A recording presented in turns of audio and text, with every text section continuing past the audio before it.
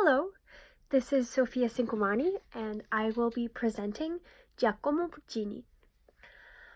Giacomo Puccini, a world-renowned composer of opera, was born on December 22nd, 1858, in a city called Lucca in Tuscany, a part of Italy.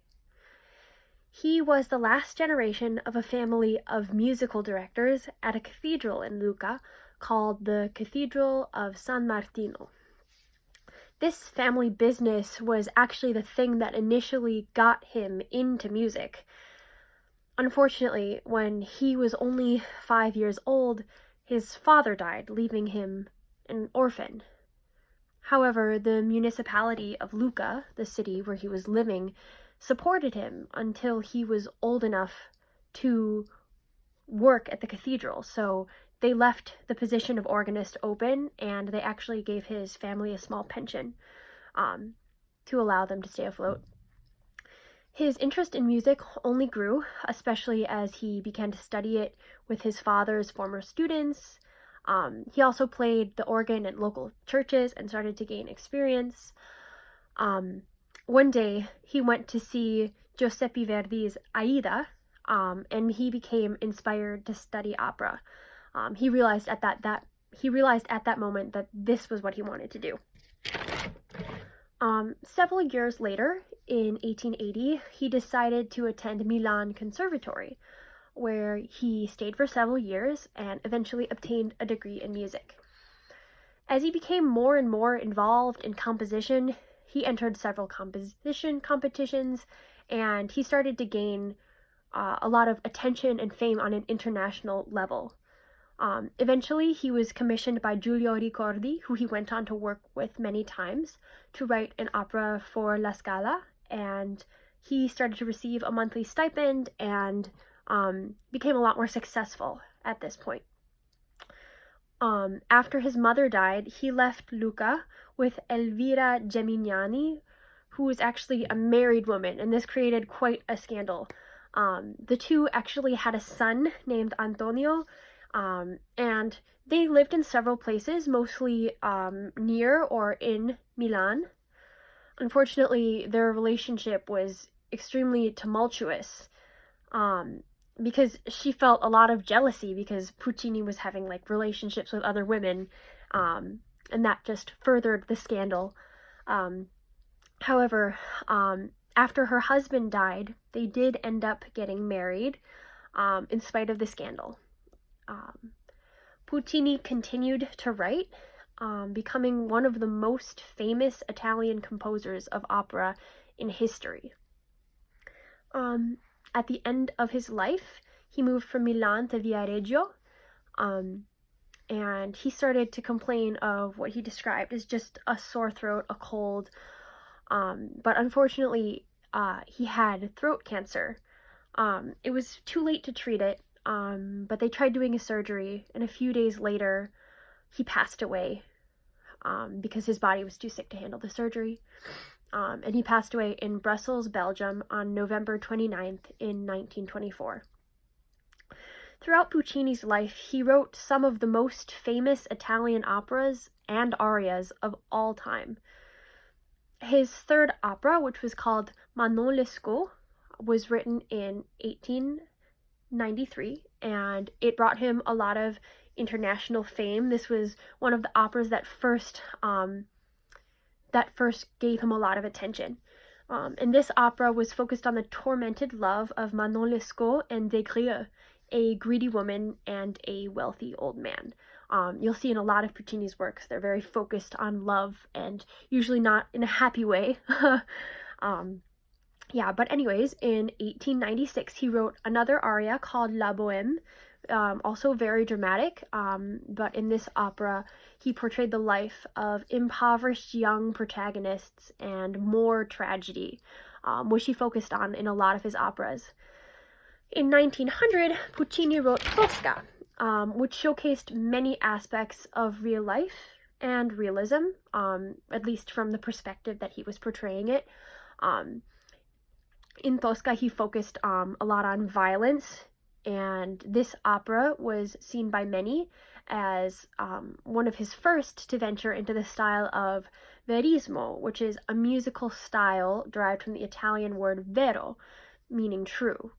In 1904, Puccini wrote Madama Butterfly, and at first the opera wasn't really met with a lot of love. There was actually a lot of hostility towards it, but over time it became one of Puccini's most famous works ever, one of the famous four. And anyways, he continued to write, and he wrote Turandot, which was Puccini's last opera. It was actually left unfinished because he was unable to finish it because he had throat cancer, and he actually died before he finished it. So there were multiple endings written, but the one that most people accept as the official ending was written by his colleague Franco Alfano, and this also became one of the most famous of his career, despite the fact that it was left unfinished. I believe there were 2 scenes at the end that he was not able to write, so other people did. But throughout his life as a composer, he did a lot of big things. He wrote 4 of the most famous operas of all time, and at the time of his death, Puccini was known internationally as one of the best Italian composers of opera in history. Most of Puccini's works were highly characteristic of Romanticism, especially that of the late 19th century. So he did incorporate certain modern elements, as lots of people in the late end of that era did.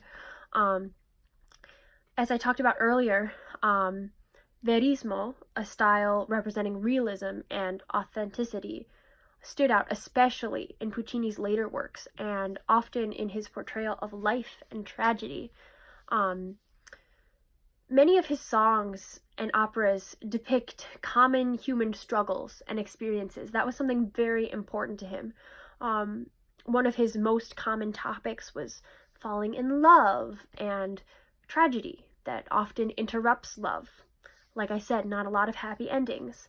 Puccini often used soaring melodies to mirror the emotions and struggles of characters, creating dramatic lines thick with either pain or joy. He used continuous orchestral music to create seamless transitions, contrasting the more interrupted transitions typical of earlier Italian operas. And this is one of the ways that Puccini changed the face of opera. But yeah, one of his main goals was portraying musical feelings his audience could relate to, things that were authentic and were not just things that they were watching, but things that they could also understand and feel.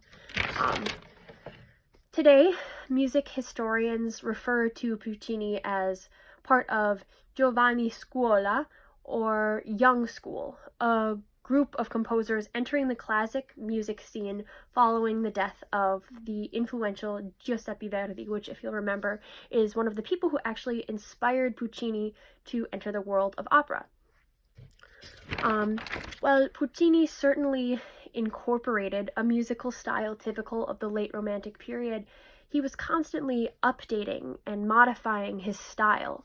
For example, much of his style references musical styles characteristic of Tuscany, which is where he's from, but also lots of other cultural styles, including influences from the French orchestral tradition, the German symphonic tradition.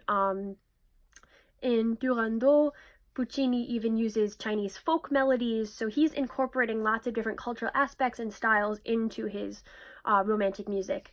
And as I mentioned before, he used verismo, especially in his later operas, to portray tragic realism in his operas.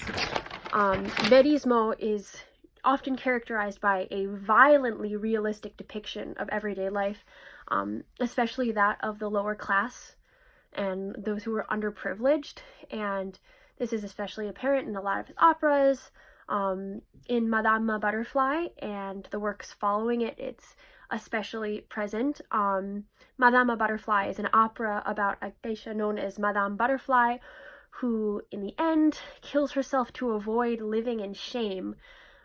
It's extremely tragic, and this sort of tragedy is very common in Puccini's operas.